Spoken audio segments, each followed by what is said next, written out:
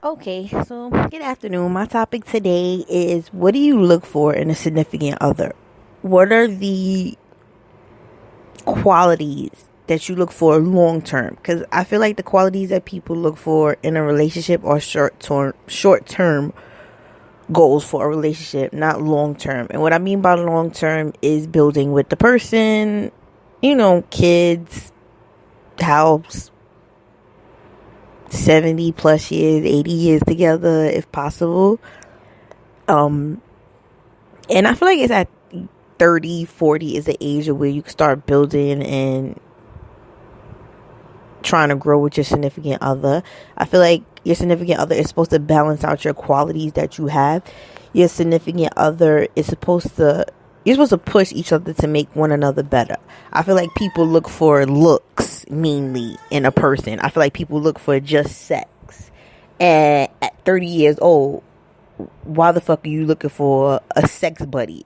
At 30 years old, why are you looking for 10 different chicks to hit each night?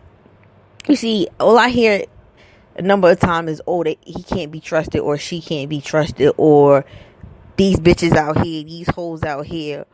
What are y'all doing to change the person's movement, views, or things like that? Are y'all enabling them? Are you sitting up here saying, oh, because this bitch is gonna fuck somebody else anyway, I'm gonna fuck them? Makes no sense to me. Sounds real dumb and childish, but this is the era and the age that we're living into, where people make excuses instead of trying to make things better. If you feel that way, then don't fuck with the bitch. Don't fuck with the dude. Leave them alone. Have nothing to do with them. If you feel like they're not doing anything, move on to the next. And I don't mean move on to the next and then just sit up there and have sex and then you be like, oh, I don't want to fuck with her no more. Stop looking for booty calls in females or in dudes. Look for something that actually pulls you in. Personality, conversation. Look for something that you can actually go off of. First of all, I would never claim no fucking dude or ever even say that I fucked with him if all I am doing is going to his house and fucking and leaving. If I cannot spend time with you, if we can't go on dates, if we can't have simple things as far as like, let's go to a restaurant, spur of the moment, Red Lobster, IHOP, or something like that, just to eat. If we can't have meaningful conversations, if I can't vent to you when there's an issue, or even vice versa, if you can't vent to me, then there's no need for us to be together. There's no need for us to have conversations. Yes, you can vent to your friend, but I feel like when you talk and vent to that significant other, it's different. It's a different kind of connection. It's a different type of conversation. Your friend is going to tell you all the things that you probably want to hear and that you need to hear. Your significant other is going to tell you the things that would be right for you to handle in the situation. Your significant other is only going to try to see you do better in every situation that you go through in life. Your significant other is going to give you the advice that you need to push you forward, to make you greater. I feel like, because who wants to be with a bum ass person? Who wants to be with a deadbeat in any area in life?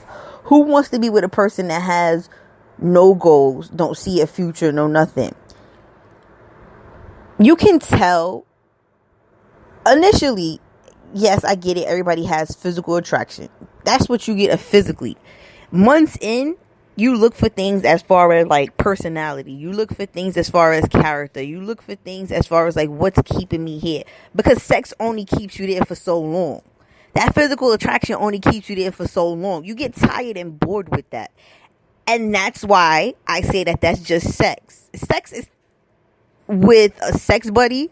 It's temporarily. It's in that moment. You're fulfilling that edge that they're having in that moment. You're fulfilling that itch, basically. And once that's gone, they always have a backup plan. Your significant other is, yeah, you may not want to have sex all of the time, but you enjoy it.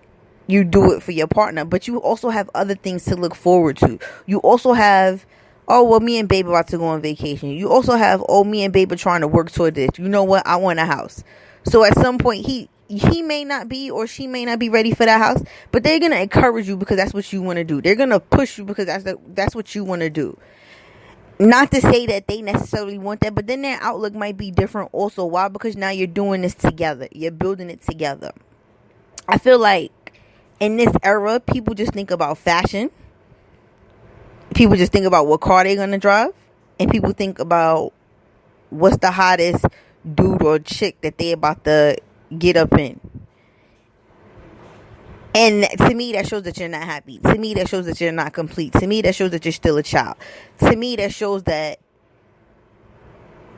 you have no vision and no outlook for a greater picture. And you could say I'm wrong. Anybody could feel how they want to feel to my podcast. I told y'all this. These are my point of views. And the reason why I'm saying that is because when you get older and you get out of that thought process of a child thought process, you think differently and you think bigger.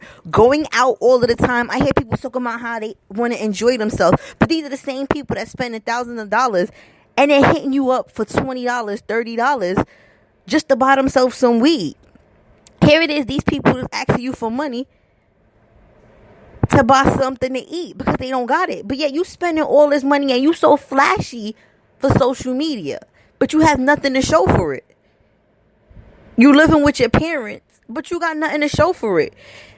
I feel like this. If at 30, if you are living with your parents, you should be saving.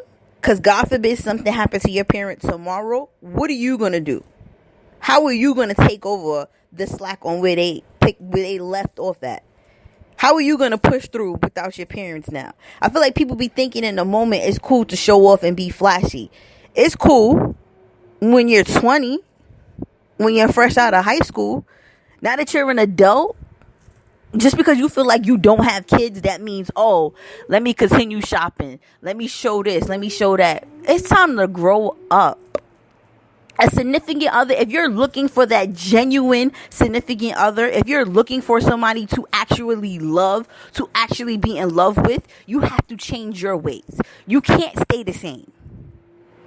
On that note, I'm going to leave you guys. I hope you're enjoying your Sunday. I'm going to do another one. And just be on the lookout for all my podcasts. Thank you.